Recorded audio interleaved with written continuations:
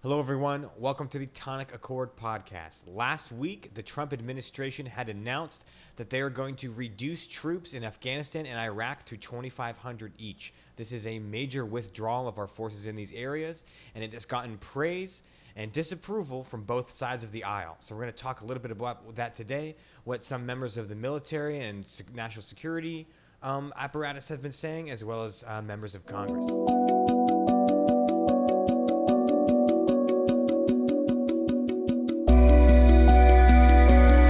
Alex, how are you doing today, man? And what are your just initial thoughts on this? What's up, Drew? Kind of getting ready, kind of feeling in the holiday mood. It's going to be a weird holidays, but it's almost Thanksgiving, so happy Thanksgiving to everyone out there. And yeah, man, doing okay. But my initial thoughts of this, I have a theory that Trump wants to pull out all the troops so that Biden is forced to basically send troops back. And then in 2024, Trump can say, see, Biden escalated this. I just think that Trump is kind of thinking, well, I don't know. I don't know if Trump always thinks ahead, but if he was thinking ahead, I think this could be just a kind of shallow, hollow promise that Biden's going to be forced to now act against. And also, I just think it's a dumb decision. Back in February, I guess right before the pandemic really got going, I think we talked about this. Like, should the U.S. negotiate with terrorists? And I remember in Doha, which is the capital of Qatar, the U.S. met with the Taliban, and they did come to somewhat of a peace deal. And the U.S. has been keeping up with their side of it, but the Taliban haven't, for the most part. And then, there was that Russian bounty scandal that came out in July. And so Afghanistan's kind of not a great place for Trump. It's been kind of chaotic. And it does seem like the Taliban did take advantage of us. So I feel like pulling out would just be even worse than that. And I just think it's a shallow campaign promise with no meat to it. Well, that's an interesting point. I mean, first off, it was a campaign promise, right? So this is something that Donald Trump has been saying since 2016, which was getting out of these, forever wars, these endless wars. He railed on Hillary the whole campaign about how her votes for going to Iraq and everything. And so in one area, it's Donald Trump fulfilling a campaign promise, but it's weird timing, and that's kind of how you brought up, like, he the actual reduction goes into place 5 days before Biden's inauguration, right? So 5 days Damn. before, that is when we'll have 2,500 troops in each Iraq and Afghanistan, or go down to that number. I think currently there's like twice that in Afghanistan. I'm not sure how many in Iraq currently, but a significant reduction, at least, but going off the numbers I know from Afghanistan, going from like 4,000 something to 2,500. It's a pretty big reduction. 50%. But I also like, because going back to Gentuk, we had mentioned this before, right? All that negotiation with the Taliban, and you're right, they're not upholding their end of the bargain. But doesn't that tell, like, for me, because I'm a little conflicted on this, because doesn't that tell me that, like, then yeah, like, if they're never going to uphold their end of the bargain, in my opinion, right? They're going to fight tooth and nail for their, what they believe is their rightful homeland, and we're foreign invaders. I think they're only at the bargaining table to like go around us and use us and, like, get what they think they can get out of it. But I don't trust their word. I don't think they will ever, like, agree to something and maintain it for a long time. So, if with that being said, maybe we do just leave the table. Like, what? Like, I understand it might get worse after we leave, but when is the end? When is when do we feel we're good enough to go? Because everyone's been saying we need to get out of Afghanistan, but we need to just wait until we're in a good point to do it, and we've never gotten to that point. I mean, I don't disagree with you. Especially, theoretically speaking here, I mean, yeah, I do agree with you that obviously there's been no net positive for the Afghani people, or really the United States, or the West, or the Middle East. Like, no one's won in this, I feel like. The Taliban haven't won. The government in Kabul hasn't won. The United States hasn't won. So it is tough. In Trump terms, we are not winning. No one's winning. I mean, it's just an absolute loss. Um, and yeah, I mean, I think you touch on a good point, because to me, the elephant in the room here is that Afghanistan's government in Kabul is weak, Yeah. and Afghanistan's a failed state. And the government in Kabul, I think if I'm looking at the numbers correctly, only have like 35 to 40% control of the country. So to me, it's just a broken problem. And I think you're right. Like, we are just a foreign invader, technically, or a foreign adversary to a lot of people. And, I don't think we can fix it. We don't understand the problem. We don't understand the cultural ties. I mean, okay, on paper, we understand it, but I don't think we have that emotional, skin in the game. And I mean, I don't think you're wrong, but my problem is that I think we shouldn't be leaving like this because Jens Stoltenberg, who's NATO's Secretary General, basically warned the United States that the price of leaving would be very high, right? Like, he's like, he basically says that the cost of staying is actually pretty low because we have a pretty low amount of troops in general there already, and we are training and trying to help the Afghani people. And so there have been progress made in stuff like giving the Kabul government's troops better training and better access to intelligence and information, and stuff like that. Is I think good. And right now, a few thousand personnel is a tiny force, and I don't think we should invest in another big forever war, as Republicans have definitely been calling it lately. But I think just pulling out is not a good idea here.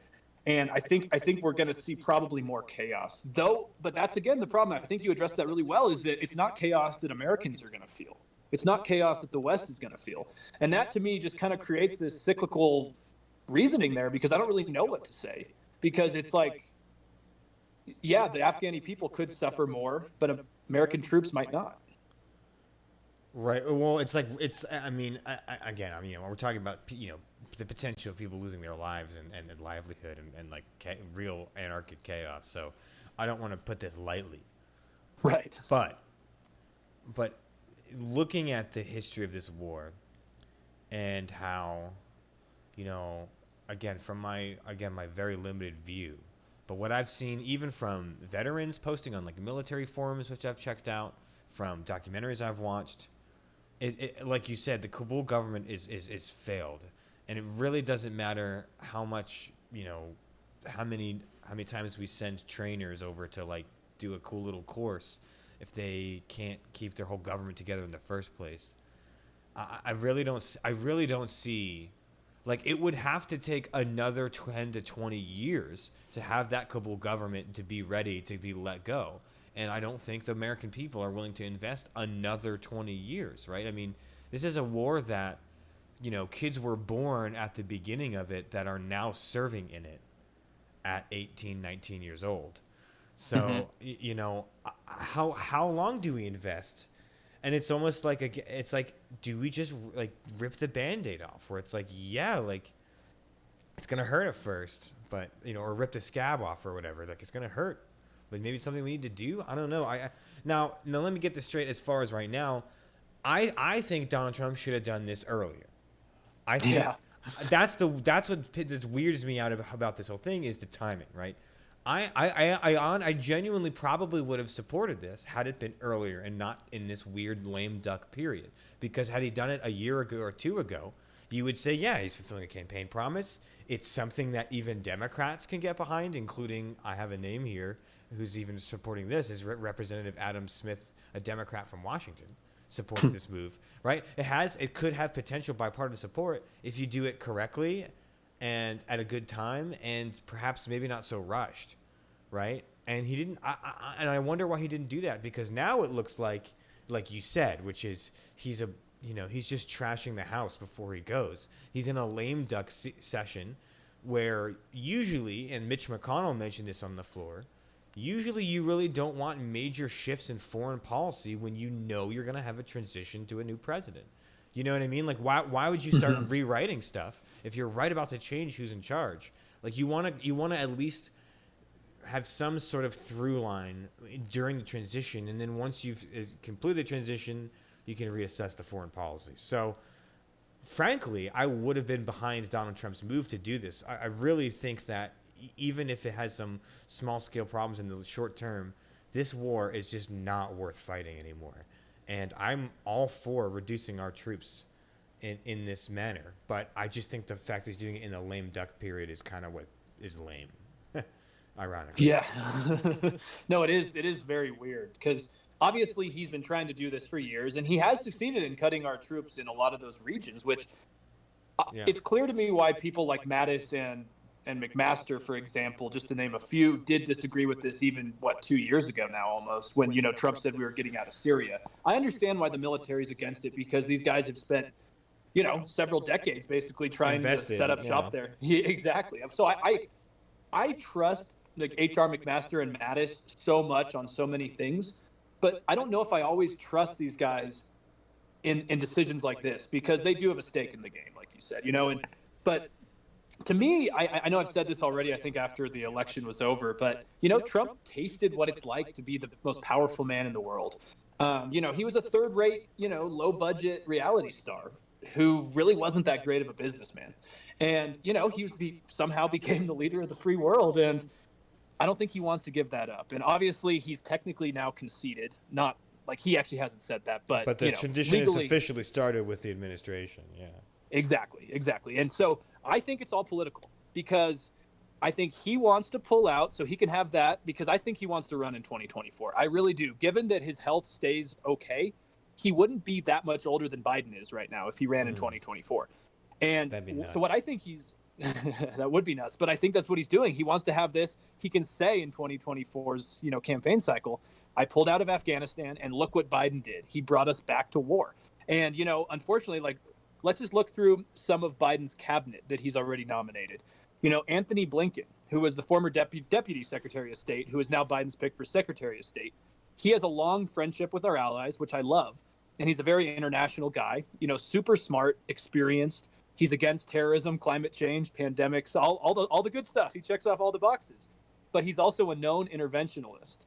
And he actually broke with Biden and Obama during Syria. And he actually was one of the guys who thought that we needed to keep troops on the ground in a lot of the Middle East.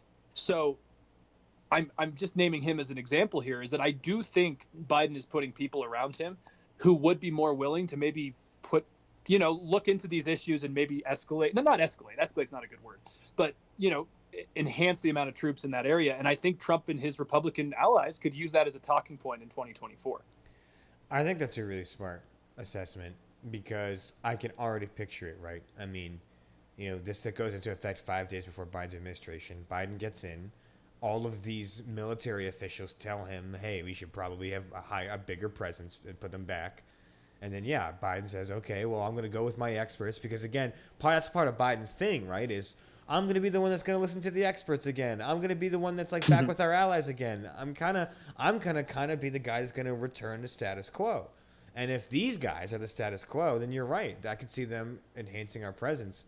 And I could absolutely see Trump being like, the first thing Biden did in his administration was put your sons back to war.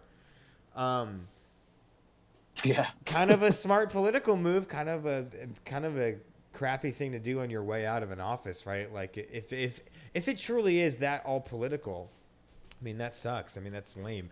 And the timing of it is kind of suspect, right? Again, I would be way more on board with this, and I'm still on the fence, to be honest, because I still think, like, maybe in another way, maybe it is the push that, like, maybe Biden knows this. Maybe Biden knows that he's like, wow, I really can't, like, bolster up the presence back again.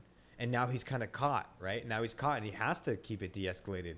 In that sense, maybe it's a really smart political move to force Biden to stay out of Afghanistan and Iraq. I don't think that's what Trump's thinking, because I really don't think of Trump's thinking of doing a political move as far as a grander moral scheme. But I still think that Trump should have just done this earlier. He could have said promise made, promise kept a lot earlier. And again, the criticisms and praises are coming from both sides on this, because I think it's such against the norms with the timing. So I had mentioned it earlier that Mitch McConnell was on the floor, and he said that, this is exactly what ISIS and Al-Qaeda want. They would be no more delighted to have us pull out by January. So, Mitch McConnell's not on board with this, and he even invoked, this as be another travesty like Vietnam, like, because the headline was that Mitch McConnell says that Al Qaeda would not want nothing more, and it'd be darling to them if we did this. I watched the rest of his 4-minute speech on it, and he actually has a lot of heavier words too, where he talks about how this would be a disaster like Vietnam for the president, leaving, and I was like, wow, like, I don't know, Mitch McConnell seemed pretty upset. And so I feel like a lot of the establishment core old school people are pretty upset at this move. But that's kind of Mhm. Trump's thing, right? He's always been kind of upset. He always upsets the status quo. Well, I mean, I've never agreed with people who say Trump's an idiot. I think he's uninformed and arrogant and lives in his own bubble. But he does have some sound political moves. He always has, and I think that he's always taken the temperature of the room pretty well.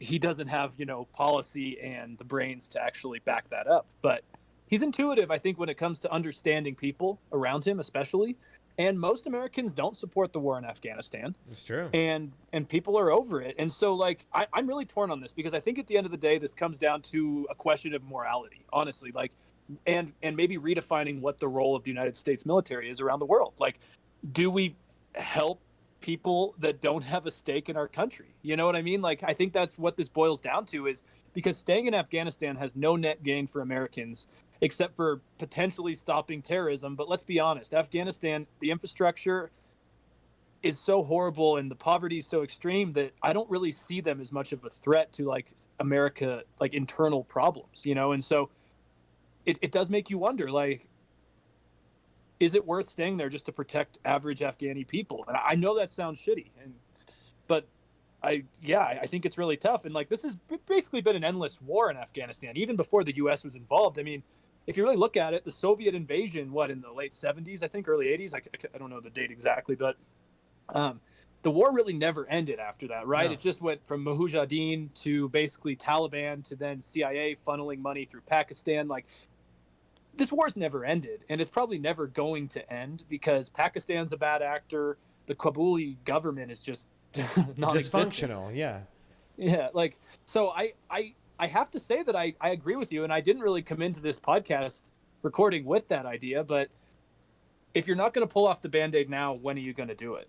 Yeah, I mean, so because it does feel like a Vietnam, man. It feels like these are people that, like, the Taliban's never ever gonna stop Mm-hmm. until they feel that foreign invaders are out of their country, and until they have what their idea of a country is. Right? That's similar to Vietnam, where like China tried to take Vietnam, didn't work. France tried to take Vietnam, didn't work. We tried to hold off communism from Vietnam, it didn't work. They will never ever be satisfied with a foreign power invading or influencing their region. They just won't. So like, I don't know. Yeah, I don't know. It just sucks. It just sucks. But it does concern me when I do see a lot of professional military people like warn us, because I'm sure they have reasons, right? I don't deny that they are worried about like an uprising in ISIS or a flare up again. But it's just like that's just always going to happen, right? Isn't that always going to happen? We either stay in there and stay in the morass for forever and kind of get success, maybe ish, sort of, or we leave and there's a flash in the pan, maybe, but I don't know. Yeah, I agree with you. I do, and it's gonna be tough, but like I just, unfortunately, just by the people that Biden's already put in, I do think that there's gonna be it's gonna be like basically what Trump is doing right now is he doesn't have to like have any responsibility for what he's doing, right? So it doesn't actually really matter what he does. So there's no accountability. Sure. Unfortunately, Biden's going to be the one who actually has to sign the bill. Like he's the one that's going to have to actually deal with this. Yeah. And I keep saying, like ripping off the Band-Aid, but I was thinking, I think that's actually a bad way to, like a bad metaphor to put this. I think it's more like if you have a gunshot wound and you're still bleeding, do you take off the bandage that's maybe helping stop the bleeding? No, because then you're just going to bleed to death. And I feel like that's the problem here, is that this quick of this quick of a de-escalation, pulling out troops, is just going to really give the Taliban energy, and that would be a humanitarian crisis. Because, like, then just to be devil's advocate here, the Taliban should never be in charge in Afghanistan.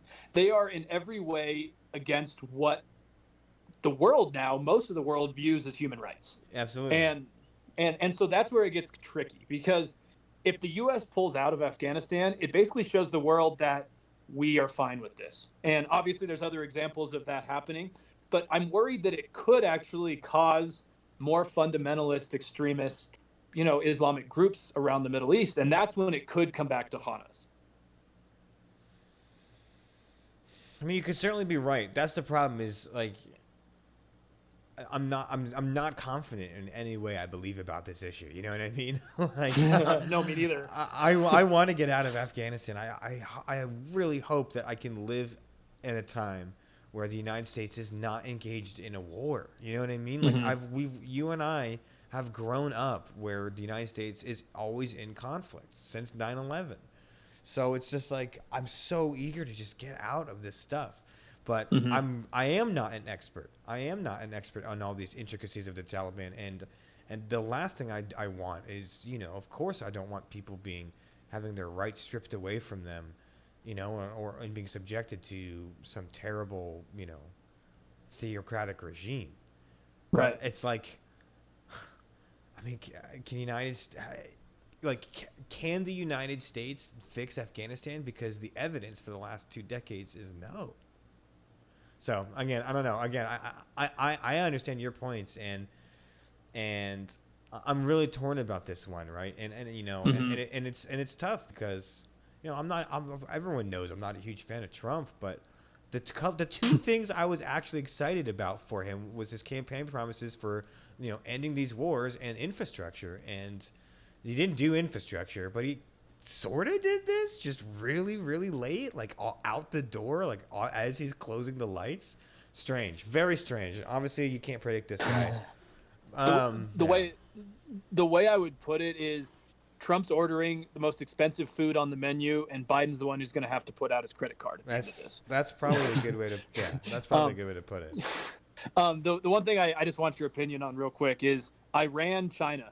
Trump is also Trump is also definitely trying to escalate things with both of them. He's in Iran. Trump is still ramping up his maximum pressure campaign on Iran, basically to limit, again, my opinion, to limit Biden from actually being able to work with Iran. Yeah, In China, Trump also wants to press Beijing, and there's reports, and this is from The Hill, or no, sorry, this is from Foreign Policy, where they're talking about that there's concern that Trump is so mad about COVID and what he calls, the China virus, that he may be planning on some kind of strong action against Beijing. And so I think Afghanistan, like you and I can agree for some bit about what Trump's doing. But what do you think about the fact that there's reports that he wanted to bomb Iranian, nuclear facilities before leaving office? The fact that maybe he wants to do something crazy against Beijing, isn't that where it goes too far? Probably. certainly. I mean, certainly. His rhetoric towards Iran has always been so way too strong, in my opinion, and Mm-hmm. rash and brash. And reckless. Yeah. So has Iran. I mean, I'm not defending Iran, and I mean, they talk a big talk too, but I've also read that there's murmuring in the Iranian government that they'd be willing to go back into a nuclear deal within a Biden administration. I think that Biden would never admit it now, or certainly would not on the campaign trail. But I imagine he would be very willing to go back to the table to kind of get a nuclear deal 2.0. And I'd be very willing to bet that our alliances before that are kind of still engaged in the nuclear deal would be very willing to allow the United States and Iran back at the table. I think everyone's trying to get back at the table. Trump doesn't want people back at the table. He hated the Iran nuclear deal. He hates Iran, and he hates Biden. So I could see him Bad combination. yeah, I can see him. I do see him. I mean, look, we've already seen that Trump is no stranger to sabotaging the House on the way out. I mean, he hasn't conceded when he's clearly lost. Almost all of his litigation has failed, and it's literally dead in the water at this point. To the point where, as you said, key parts of his agencies of his administration have already begun the formal transition. He just hasn't formally conceded, but he's very comfortable sabotaging things on the way out. And I do see that, with Iran and China, it's like, yeah, man, like, I think everyone wants to get back to an Iran nuclear deal except Trump, and he just wants to piss off Iran, and he's pissed. I just hope he doesn't go too far, and I hope that Iran is also still willing to at least come back to the table, and is willing, needs to be held accountable. And with China, I mean, dude, I honestly think China. I'm not too worried about that because even if Trump does something strong against China, I really think the whole game is going to be changed when Biden comes in. Mhm. I'm not exactly sure how, but I don't think Xi Jinping is worried about Trump anymore. Like Xi Jinping knows that Biden's coming in. It's going to be a different ball game. It's going to be a whole different set of rules, and who knows where the what's going to play what. But um, Yeah. yeah, I'm not too worried about China, and I don't think China's too worried about Trump. I I think just my closing thought here is, yeah, I agree with you. I'm not too worried about China. I'm worried about something sporadic with Iran, but I actually, I mean, there's reports that Mike Pence talked Trump out of bombing.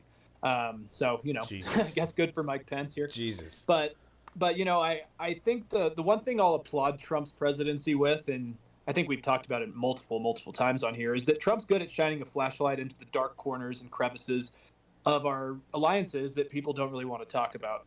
Iran is a bad actor, and they have done things that make me question sometimes the leniency of the original Iran nuclear deal.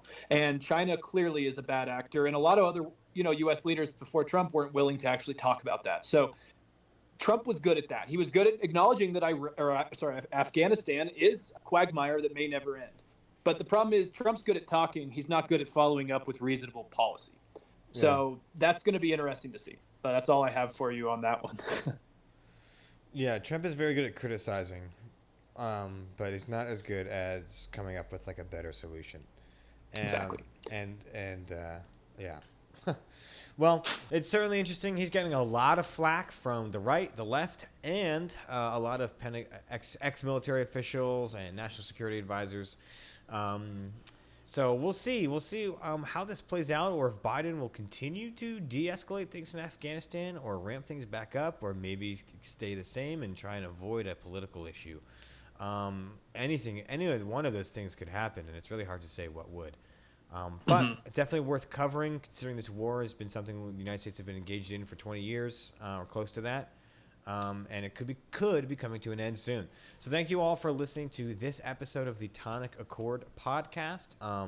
We live stream on twitch.tv, as well as we put out these recorded episodes on YouTube, Podbean, Apple Podcasts, and you can find us on Facebook, Instagram, and a few other sites.